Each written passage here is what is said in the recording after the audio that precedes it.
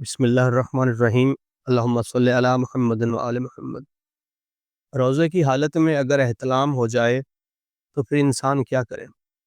کیا روزہ ٹوٹ جائے گا؟ اور اگر غسل کرنا ہو تو انسان کب غسل کرے؟ تو یہی سوالوں کے جواب ہم آج اس ویڈیو میں تمام مومنین کو دیں گے۔ تو یہ یاد رکھیں کہ احتلام ہونے سے آپ کا روزے کو کچھ نہیں ہوگا، آپ کا روزہ نہیں ٹوٹے گا۔ اگر آپ روزے کی حالت میں ہیں اور آپ دن کو سوئے ہوئے ہیں تو سوتے ہوئے اگر احتلام ہو جاتا ہے، کچھ ایسا معاملہ ہو جاتا ہے تو آپ کا روزہ بالکل صحیح ہے، آپ کے روزے کو کوئی فرق نہیں، اور نہ ہی آپ کا روزہ باطل ہوا ہے، بلکہ جب بھی آپ کی آنکھ کھلے تو آپ کوشش کریں کہ جتنی جلدی غسل کر سکتے ہیں آپ غسل جنابت کریں، اور غسل جنابت کر کے اس کے بعد آپ بالکل مطمئن ہو جائیں، اپنی عبادت کریں، آپ نماز پڑھیں، اللہ سے دعا کریں۔ تو احتلام ہونے سے روزہ باطل نہیں ہوتا۔